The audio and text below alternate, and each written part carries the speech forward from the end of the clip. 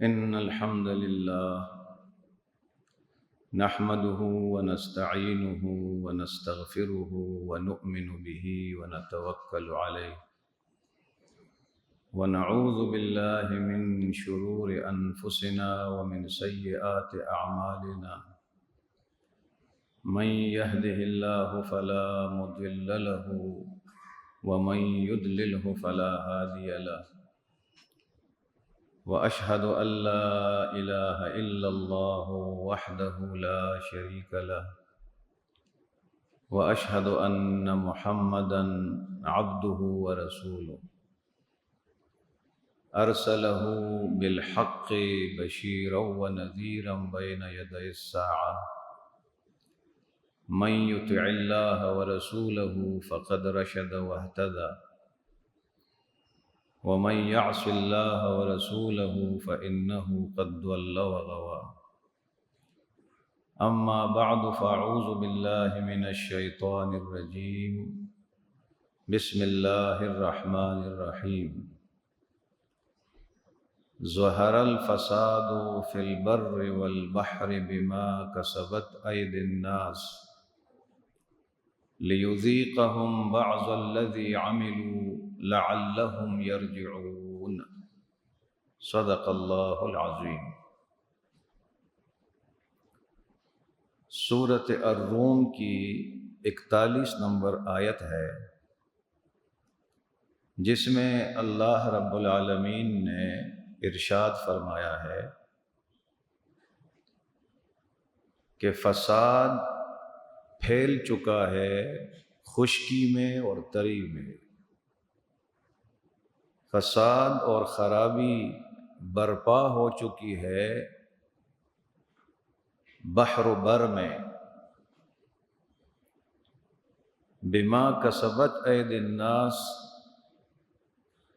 ان اعمال کی وجہ سے جو لوگوں کے ہاتھوں نے انجام دیے، لیذیقہم بعض الذی عملوا، اور یہ جو فساد اور خرابی ہے تو اس لیے کہ اللہ تعالی چکھا دے ان کو، مزہ چکھا دے ان کے بعض اعمال کا، ان کے ان اعمال کا جو انہوں نے کیے ہیں، لعلہم یرجعون، تاکہ یہ لوٹ آئے، شاید یہ پلٹ آئے، غور و فکر کرے۔ تو یہ ایک مختصر آیت ہے سورہ الروم کی، لیکن اس میں بڑی جامع بات ہوئی ہے۔ آج کل کے جو حالات ہم دیکھ رہے ہیں، صرف پاکستان میں نہیں بلکہ پورے عالم میں، پوری دنیا میں، بحر و بر میں، ہر جگہ، یعنی زمین میں جہاں انسان بستے ہیں، خشکی میں اور تری میں، بر و بحر میں، مراد ہے ہر جگہ۔ اور فساد میں بھی یہ جو الف لام ہے، ظہر الفساد، تو عربی زبان میں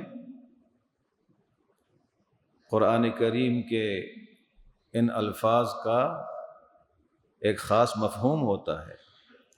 الف لام جو ہے کبھی معرفہ کے لیے آتا ہے، اسپیسیفائی کیا جائے کسی چیز کو، لیکن الف لام استغراق کے لیے آتا ہے۔ استغراق کا معنی یہ ہے کہ جو عام جنس ہے اور عمومیت ہے اس کے لیے بھی آتا ہے۔ تو یہاں الفساد، اس سے مراد ہے کہ ہر قسم کا فساد،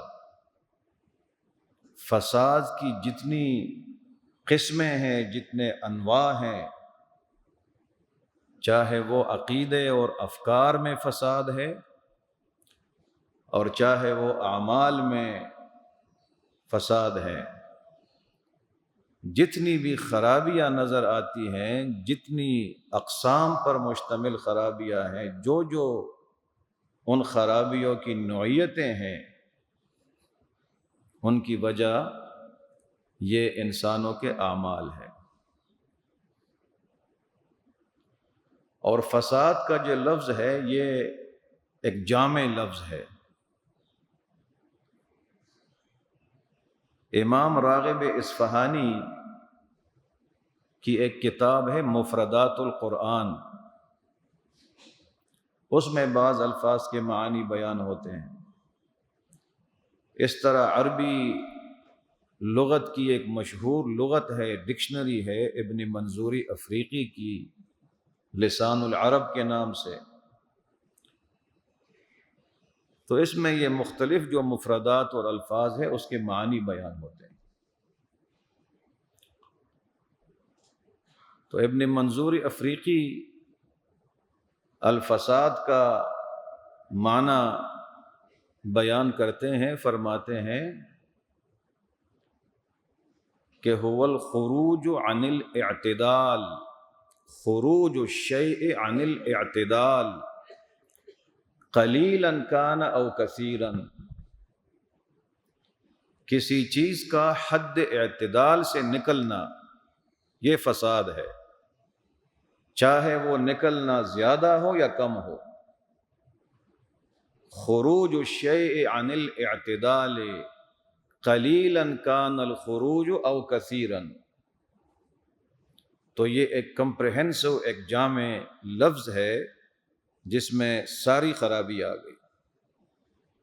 حد اعتدال سے نکلنا، جو ہمارے خالق اور مالک نے ہمارے لیے حدود مقرر کیے ہیں،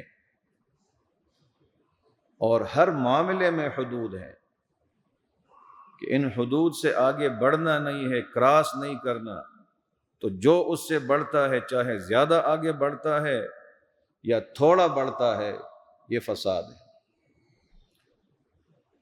تو اب اگر ہم دیکھیں خرابیوں کو، فساد کو، حد اعتدال سے نکلی ہوئی فضا کو، تو ہمیں بدامنی نظر آتی ہے۔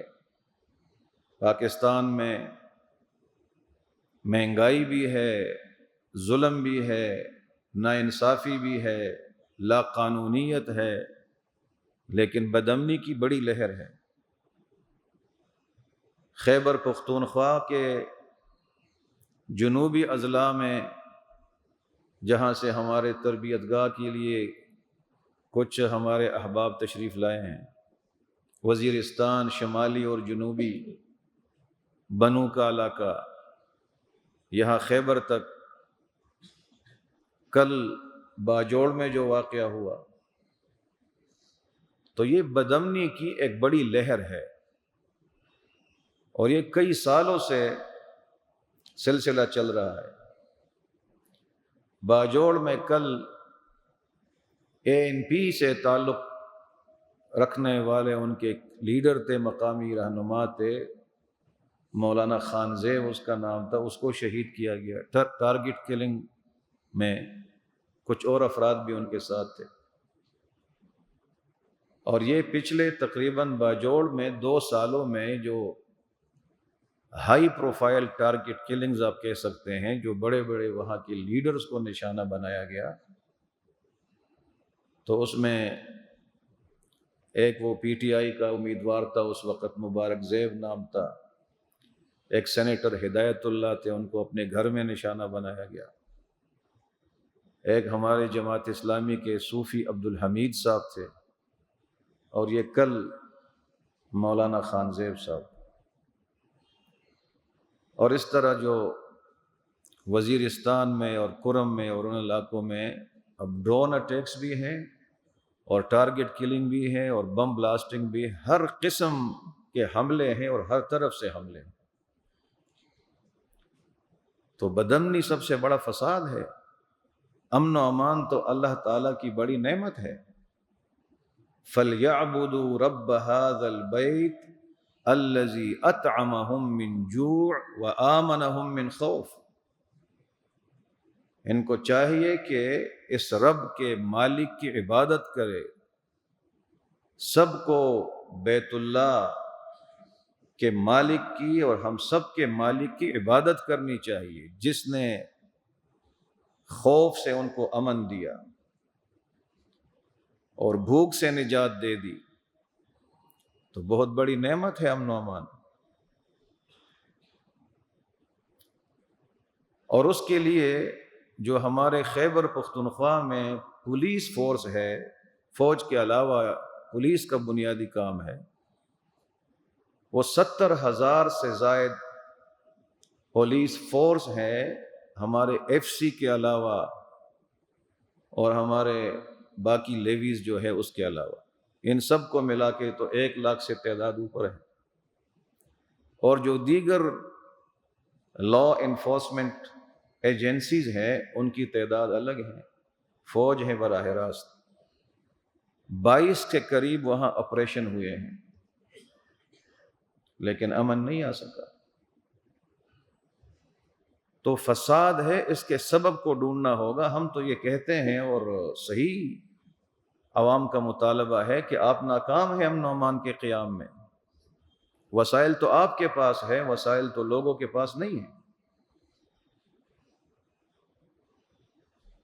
تو آپ کی تو ناکامی ہے ہر طرف سے۔ لیکن غور ہمیں بھی یہ کرنا چاہیے کہ وہ تو ایک فیکٹر ہے کہ ان کی ناکامی ہے، فیلئر ہے، بہت بڑا فیلئر ہے، اور ان کی جواب دہی بھی ہے، ان کو کرنی ہے۔ لیکن اوور آل ہمیں قرآن کریم کے اس آیت کی روشنی میں جو بنیادی اسباب ہیں ان پہ سب کو غور کرنا چاہیے۔ وہ فلسطین کا مسئلہ بھی حل ہو جائے گا، پوری دنیا میں مظالم کا خاتمہ ہو جائے گا۔ کہ افکار اور نظریات میں فساد کہاں پیدا ہوا ہے؟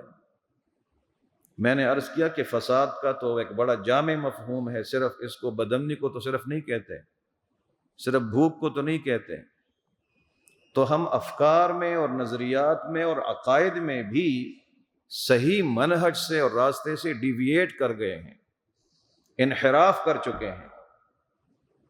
آغاز سے آپ دیکھیں، شرک بڑا انحراف ہے، بتوں کی پوجا، غیر اللہ کو سجدہ کرنا، غیر اللہ کو غیبی مدد کے لیے پکارنا، اور ما نعبدهم الا ليقربونا الى اللہ زلفا، ہم تو ان کی عبادت اس لیے کرتے ہیں کہ ہمیں قریب کر دے اللہ کے۔ یہ فساد فی العقیدہ ہے، انحرافات ہے عقیدے میں۔ اس کے بعد آپ آئیں انکار سنت کے فساد اور عقائد، یہاں آپ نے دیکھے ہیں، لوگ اٹھتے ہیں اور کبھی کوئی قرآن سے انکار کرتا ہے اور کوئی سنت سے انکار کرتا ہے، ان کو بھی لوگ مل جاتے ہیں، فالوورز مل جاتے ہیں۔ ختم نبوت کے معاملے میں وہ بھی فساد فی العقیدہ ہے، فساد ہے خیالات میں، افکار میں، نظریات میں۔ اور ابھی ریسنٹلی یہ جو دی ابراہم ایکارڈ کے نام سے آپ نے بات سنی ہے، معاہدہ ابراہیمی، یہ ایک اور فساد فی العقیدہ ہے۔ ٹرمپ کا جو سابقہ دور تھا اس میں بحرین کے فارن منسٹر اور یو اے ای کے وزیر خارجہ اور نیتن یاہو یہ وہاں ملے ہیں واشنگٹن میں، انہوں نے ایک معاہدے پہ دستخط کیے ہیں کہ یہودی ہے یا نصارہ ہے، عیسائی، مسلمان، ان کے جد اور ان کے دادا ابراہیم علیہ السلام ہے، تو ان سب کا دین ایک ہے۔ دی ابراہم ایکارڈ پہ انہوں نے دستخط کر دیے، اور پھر ابو ظبی میں باقاعدہ انہوں نے ایک سٹرکچر قائم کیا اور اس کو بیت العائلۃ الابراہیمیہ کہا گیا۔ بیت العائلۃ الابراہیمیہ، ابراہیمی خاندان کا گھر، جس میں عیسائیوں کی عبادت گاہ بھی ہے، یہودیوں کی بھی ہے، مسجد بھی ہے۔ اور کچھ لوگوں نے پھر آگے اس کو اور ایکسپینڈ کیا اور اس میں ہندوؤں کو بھی شامل کیا کہ ان کا بھی کوئی آپ تلاش کرے تو ان کا تعلق بھی بنتا ہے ابراہیم علیہ السلام سے۔ تو مقصد یہ کہ سب ایک ہے۔ اس پر فی الحال اس وقت تک تو ہمارے پولیٹیکل دینی سیاسی جماعتوں میں جو ایک جامع بات ہوئی ہے کل پرسوں، وہ تو جماعت کے امیر محترم حافظ نعیم الرحمن کی صاحب کی تفصیلی بات ہوئی ہے، اور ہر ایک کو اس طرح اس انداز میں اس کو ہائی لائٹ کرنا چاہیے، ورنہ پتہ بھی نہیں چلے گا اور ماحول بن جائے گا، اور آگے سے ہمیں اندازہ ہوگا کہ we are also part of that accord, ہم بھی اس کا حصہ ہیں، پھر بعد میں لوگوں کو پتہ چلے گا کیا ہوا ہے۔ یہ تو بہت بڑا منصوبہ ہے جس سے آگاہ کرنا چاہیے، لوگوں کو بتانا چاہیے کہ کیسے ہم اس کا حصہ بن سکتے ہیں اور آپ کیسے حصہ بن سکتے ہیں۔ انٹرپریٹیشن آپ کریں گے یا قرآن اور سنت سے اور دین سے اور اسلام سے ہم نے سیکھنا ہوگا کہ ملت ابراہیمی کیا ہے۔ ملت ابیکم ابراہیم هو سماکم المسلمین من قبل وفی ھذا، اور مسلمان کہتے ہیں منقاد کو، تابعدار کو، فالو کرنے والے کو، کس چیز کو؟ اپنے رب کے حکم کو ماننے والا۔ تو رب کا حکم بڑا واضح ہے کہ آخری پیغمبر محمد الرسول اللہ صلی اللہ علیہ وسلم ہے۔ اب اگر موسیٰ علیہ السلام بھی آ جائے تو نبی صلی اللہ علیہ وسلم کی پیروی کریں گے، اور پھر ابراہیم علیہ السلام کے بارے میں قرآن کریم میں مختلف آیات ہیں، ان تمام آیات کو دیکھنا چاہیے، ان کو معلوم ہے ان عربوں کو۔ اس لیے تو سعودی عرب میں انہوں نے ایک اٹیمپٹ اور کوشش کی، تو وہاں کا جو فتویٰ کونسل ہے، جو علماء ہے، اگرچہ وہاں جتنی پابندیاں بھی ہے لیکن انہوں نے اس کے ساتھ اتفاق نہیں کیا۔ انہوں نے کیسے ہم ایسا فتویٰ دے سکتے ہیں؟ قرآن کریم میں ابراہیم علیہ السلام کے بارے میں جو فرمایا کہ ہم نے امتحان کیا ابراہیم علیہ السلام پر کچھ احکامات کے ذریعے، فَأَتَمَّهُنَّ، تمام احکامات پورے کر دیے۔ ان میں کیا تھا؟ ان میں تو اپنے والد کو خطاب کیا جو مشرک تھا، یا ابت لم تعبد ما لا يسمع ولا يبصر ولا يغني عنك شيئا، بتوں کی پوجا کیوں کرتے ہو؟ ضرر نہیں پہنچا سکتے، فائدہ نہیں پہنچا سکتے۔ یا ابت انی قد جاءنی من العلم فاتبعنی اہدک صراطا سویا، میں سیدھا راستہ بتاؤں گا، وہ شرک کا راستہ نہیں ہے۔ اس کے بعد جو نمرود ہے، زمانے کا بادشاہ ہے، اس کے ساتھ کس چیز کا اختلاف تھا؟ ابراہیم علیہ السلام کے زمانے کا جو مذہبی نظام تھا وہ بت پرستی کا نظام تھا، اصل میں وہ ستارہ پرستی، لیکن وہ بت ان کے نام پہ بنائے تھے، اور ان کا جو سیاسی نظام تھا وہ موروثی بادشاہت کا نظام تھا۔ تو ابراہیم علیہ السلام نے اس نمرود کو بھی چیلنج کیا کہ آپ حاکم نہیں، حاکمیت کا مقام یہ موروثیت سے نہیں ملتا، اور آپ اپنا حکم نافذ نہیں کریں گے۔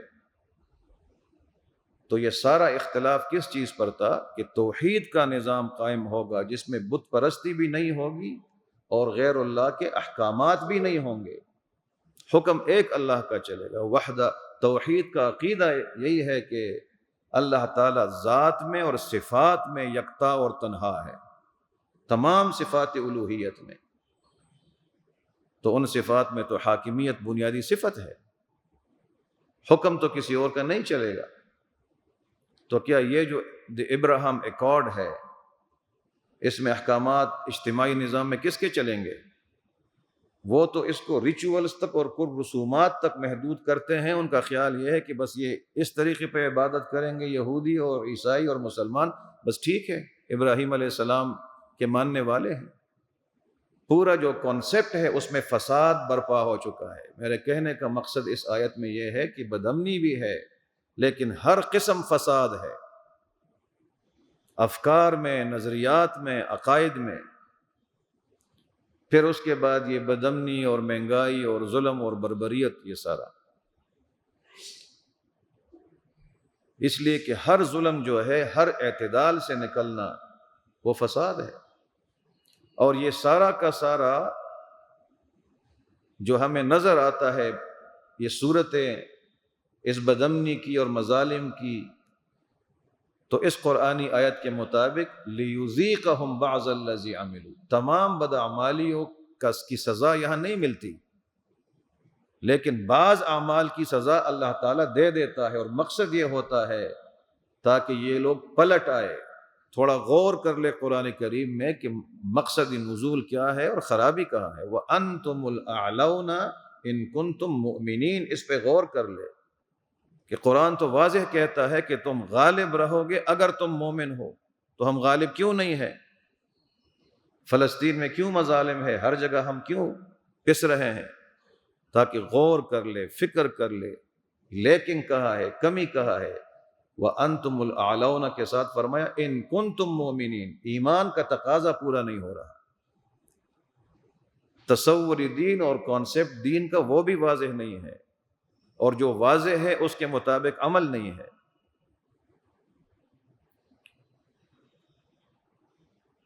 تو یہ ہے بنیادی سبب۔ اس کا حل ایک خلافت کا نظام ہے۔ وعد اللہ الذین آمنوا منکم وعملوا الصالحات لیستخلفنہم فی الارض کما استخلف الذین من قبلہم وَلَيُمَكِّنَنَّ لَهُمْ دِينَهُمُ الَّذِي ارْتَضَىٰ لَهُمْ وَلَيُبَدِّلَنَّهُمْ مِنْ بَعْدِ خَوْفِهِمْ أَمْنًا يَعْبُدُونَنِي لَا يُشْرِكُونَ بِي شَيْئًا وَمَنْ كَفَرَ بَعْدَ ذَلِكَ فَأُولَٰئِكَ هُمُ الْفَاسِقُونَ۔ یہ حل ہے۔ وعدہ کیا ہے اللہ تعالیٰ نے ان لوگوں سے جو ایمان لائے ہیں اور جنہوں نے نیک عمل کیے ہیں کہ ضرور ان کو خلافت دے دے گا زمین میں، قوت اور اقتدار دے دے گا زمین میں، اور اس قوت اور اقتدار اور خلافت کے نتیجے میں جو ثمرہ ملے گا، جو فائدہ ملے گا، تو سب سے بڑا فائدہ یہ ہے کہ لَيُمَكِّنَنَّ لَهُمْ دِينَهُمْ، اللہ تعالیٰ ان کے لیے ان کے دین کو مضبوط بنا دے گا، غالب کر دے گا۔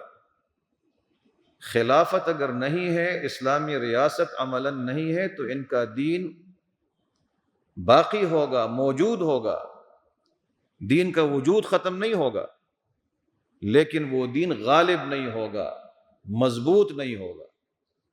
تو لَيُمَكِّنَنَّهُمْ، اگر آپ کو اور ہمیں دین کی مضبوطی چاہیے، اگر غلبہ دین چاہیے، تو سورہ نور کی اس آیت میں واضح طور پر فرمایا کہ وہ خلافت کے نتیجے میں آئے گا، اسلامی ریاست اور حکومت کے نتیجے میں آئے گا۔ اور وہ وعدہ اللہ تعالیٰ نے ان مومنین کے ساتھ کیا ہے وَعَمِلُوا الصَّالِحَاتِ، جو عمل کرتے ہیں، جو اس ایمان کے تقاضے کو پورا کرتے ہیں۔ تو ایک ثمرہ اور ایک نتیجہ تو ہے کہ دین مضبوط اور غالب ہوگا، اور دوسرا فائدہ اس نظام خلافت کا اس آیت میں فرمایا وَلَيُبَدِّلَنَّهُم مِّن بَعْدِ خَوْفِهِمْ أَمْنًا۔ یہ جو آج کل ہم دیکھ رہے بدامنی کو، ان کے خوف کی حالت کو اللہ تعالیٰ امن سے بدل دے گا، ان کے خوف کی حالت کو امن سے تبدیل فرمائے گا۔ واضح آیات ہے، واضح الفاظ ہے، اور ایک واضح ریمیڈی اور حل ہے ہمارے سامنے، الہی حل ہے مشکلات کا، انسانی حل نہیں ہے۔ انسان تو کبھی ایک تجربہ کرتا ہے، کبھی دوسرے تجربات کرتے۔ 22 آپریشن تو ہم نے کر لیے، اور وہ آپریشن ہم نے کس حد تک کیا اور کس اخلاص سے کیا وہ ہمیں نہیں پتا، کہ ہندوستان کا مقابلہ تو ہم کر سکتے ہیں، اور یہاں پر ہم ٹیکل نہیں کر سکتے۔ سوالات ہیں، بہت بڑے سوالات ہیں، ان سوالات کا جواب مقتدر طبقوں کو دینا چاہیے۔ ہم قطعیت کے ساتھ اور بغیر ثبوت کے کوئی پن پوائنٹ بات نہیں کرتے ہیں، لیکن سوالات تو ہم کرتے ہیں نا، اور کر سکتے ہیں کہ اتنی بڑی طاقت اللہ تعالیٰ نے آپ کو دی ہے کہ آپ نے ہندوستان کو چند گھنٹوں میں واضح شکست دے دی ان کو۔ تو یہاں ڈرون آتے ہیں جو کہتے ہیں کہ وہ دوسرے مخالفین کے پاس ہے، ان کو آپ ہٹ نہیں کر سکتے۔ لوگ آتے ہیں، یہ کل کا جو واقعہ ہوا ہے، یہ جو شخص تھا یہ وہاں کوئی امن پاسون ہے میرے خیال میں 13 جولائی کو، اس کے لیے کوئی کمپین کر رہا تھا، تو وہ کہتے ہیں کہ وہ جو باجوڑ میں انات کلی کا علاقہ ہے اس سائڈ کا، کہتے ہیں وہ بڑا امن و امان کے حوالے سے خطرناک علاقہ ہے، پیسفل نہیں ہے، کہتے وہاں سے وہ صحیح نکلا ہے، وہاں سے کمپین کر کے یہ اس علاقے میں آیا ہے جہاں بالکل وہاں کے ادارے ہیں، فوج ہے، چھاونی ہے، کینٹ کا علاقہ ہے، محفوظ علاقہ تصور ہوتا ہے، وہاں اس کو ٹارگٹ کیا گیا ہے۔ تو سوال تو اٹھتا ہے، تو یہاں فرمایا کہ اگر یہ خلافت کا نظام قائم ہوگا، یہ آرٹیفیشل اور مصنوعی چیزوں سے نہیں آئے گا امن و امان۔ یہ بھی میں بتاؤں آپ کا اور ہمارا عقیدہ ہے کہ اگر آپ کے پاس بڑے وسائل بھی ہیں، سوفسٹیکیٹڈ وسائل بھی ہیں، وہ تو اسرائیل کے پاس بھی ہے، لیکن پیچھے ایمان نہیں ہے اور اللہ تعالیٰ کی تائید اور نصرت نہیں ہے، تو آپ کچھ نہیں کر سکیں گے، یہ ہمارا عقیدہ ہے۔ اور اگر اللہ تعالیٰ پر بھروسہ ہے تو کمزور طاقت کے ساتھ بھی اللہ تعالیٰ غلبہ آپ کو دے دے گا۔ سب سے بڑی بغاوت تو ہماری یہ ہے کہ ہم شریعت سے اور عدل کے نظام سے انحراف کر رہے ہیں۔ واضح طور پر ایسے ہمارے اقدامات ہیں، سٹیپس ہیں، سرگرمیاں ہیں، قانونی محاذ پر بھی اور عملی محاذ پر بھی، جس کی کوئی تعویل نہیں ہو سکتی کہ بھئی اس کی کیا تعویل ہے، کیا توجیہ ہے۔ مثلا ہمیں جو اللہ تعالیٰ نے یہ کامیابی دی ہندوستان کے مقابلے میں اور یکجہتی پیدا ہو گئی، تو اس کے کچھ عرصے بعد، کچھ دنوں کے بعد پارلیمنٹ سے انہوں نے وہ 18 سال سے کم عمر جو شادی ہے اس پر پابندی کا قانون منظور کر دیا۔ اب جس اللہ نے آپ کو قوت دی ہے اور کامیابی دی ہے، اس اللہ کے قانون کے خلاف قانون سازی کرتے ہو۔ سمجھ بالکل نہیں آتی کہ یہ ہو کیا رہا ہے۔ اس طریقے سے یہ جو اقدام، تو خلافت کا دوسرا فائدہ یہ ہوگا، میں اس ٹیکنالوجیکل ایڈوانسمنٹ کی بات نہیں کر رہا کہ وہ ہوگا تو آپ کو طاقت ملے گی، وہ ہے اللہ کی نعمت ہے، شرط وہ نہیں ہے۔ شرط امن و امان کے قیام کے لیے ہے خلافت۔ لَيَسْتَخْلِفَنَّهُمْ فِي الْأَرْضِ کے بعد جو ثمر اور فائدہ ہے دوسرا وہ ہے وَلَيُبَدِّلَنَّهُمْ مِنْ بَعْدِ خَوْفِهِمْ أَمْنًا۔ صحیح امن و امان کا قیام خلافت کے نتیجے میں ہوگا۔ اللہ تعالیٰ کے قوت پر بھروسہ کرو۔ اور ہم نے دیکھا ہے یہ جو بنگلہ دیش ہم سے الگ ہوا، آپ سب جانتے ہیں، تاریخ کا حصہ ہے کہ اس وقت جو ہمارا اور ہندوستان کا معاملہ چل رہا تھا، تو حرمین میں بیت اللہ شریف اور مسجد نبوی میں باقاعدہ قنوت نازلہ پڑھا جا رہا تھا پاکستانیوں کے لیے۔